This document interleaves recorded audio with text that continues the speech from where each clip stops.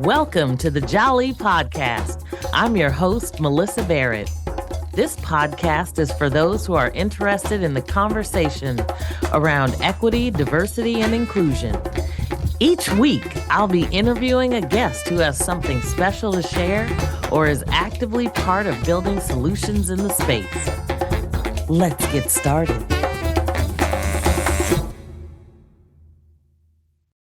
I haven't created an opportunity to discuss this topic, so I figured I would insert this mini podcast in here this week.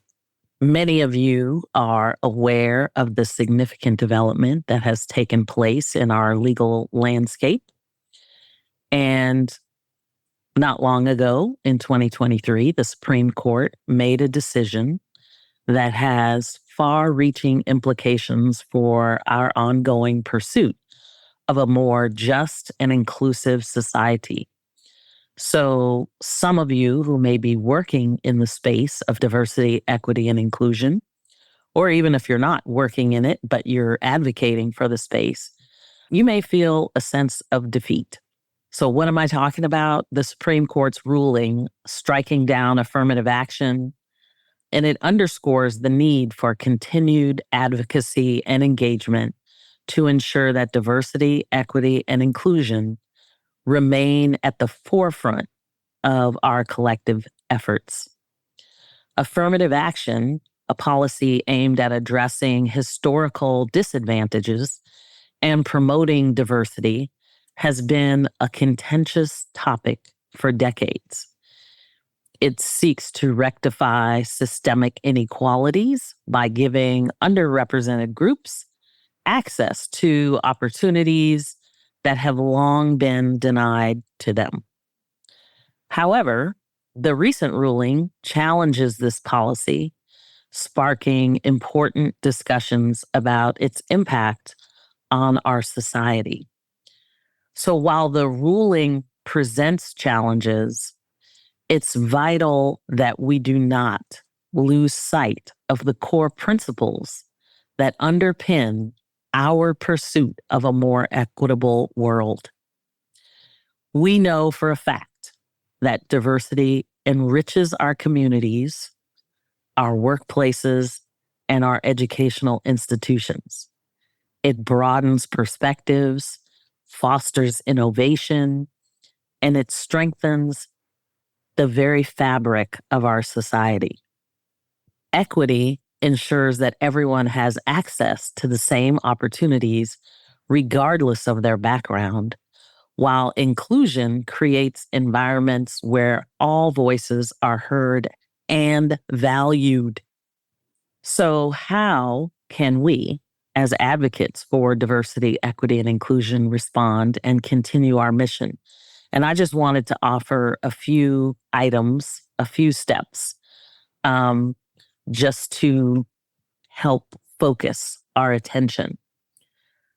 The first one being education and awareness. We have to ensure that people understand the importance of diversity, equity, and inclusion. Engaging in conversations, workshops, awareness campaigns, it helps dispel myths, stereotypes, and creates a more informed public. Also, coalition building, forming alliances with like-minded organizations, institutions, and individuals amplifies our collective voice. By working together, we can advocate for policies and practices that promote equality and diversity. Also, we want to engage with lawmakers. Advocacy at the legislative level is crucial. Sharing our perspectives, urging them to support policies that advance diversity and equity can absolutely drive positive change. And let me not forget to emphasize, if you're not a registered voter, register to vote and vote for your lawmakers. Make sure you are engaged in your local community as well, and that they are hearing your voice. I would also say we have to continue to promote inclusive practices, encourage businesses, schools, institutions to adopt inclusive hiring, admissions, promotion practices. And by showcasing the benefits of diversity, we can encourage stakeholders to prioritize these values. We also want to make sure we are supporting underrepresented voices, empowering individuals from marginalized backgrounds to share their stories and experiences. It's a powerful way to illustrate the significance of diversity and equity, and their narratives can often inspire change and also create empathy. And while I'm here talking about supporting underrepresented voices, I just want to drop a little nugget to also include artificial intelligence, because there are a lot of underrepresented voices when we think about artificial intelligence. The next one I wanted to mention is just to continue community outreach. Engage with your local communities, host workshops, foster dialogues on, diversity and inclusion. And it can create ripples of change that extend far beyond the courtroom, the White House, wherever, the classroom. Those ripples of change make a difference.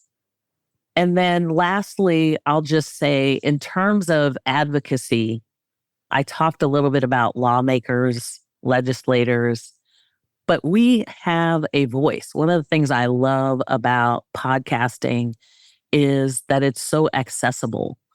And we have an opportunity to create advocacy through art and media.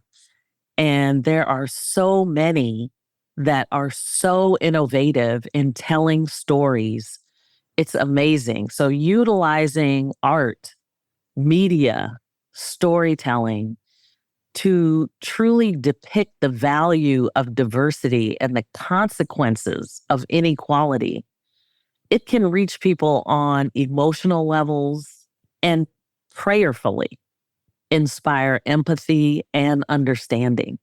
So the Supreme Court's decision to strike down affirmative action just serves as a reminder of our ongoing challenges in the pursuit of a just and inclusive society.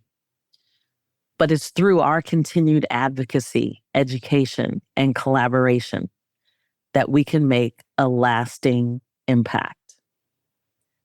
So let us stand united in our commitment to diversity, equity, and inclusion. Let us work tirelessly to ensure that these values remain central to the fabric of our nation. And again, I just want to thank all of you for all you do in the world to celebrate and promote diversity, equity, and inclusion. Choose diversity, create inclusion, and achieve excellence. Let's do it. We need you more than ever to engage and advocate. Find an organization that aligns with your goals, your values, your objectives, and give.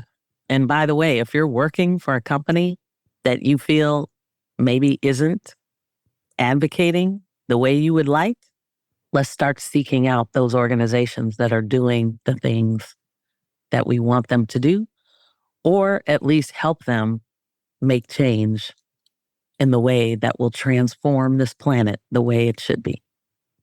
Be blessed.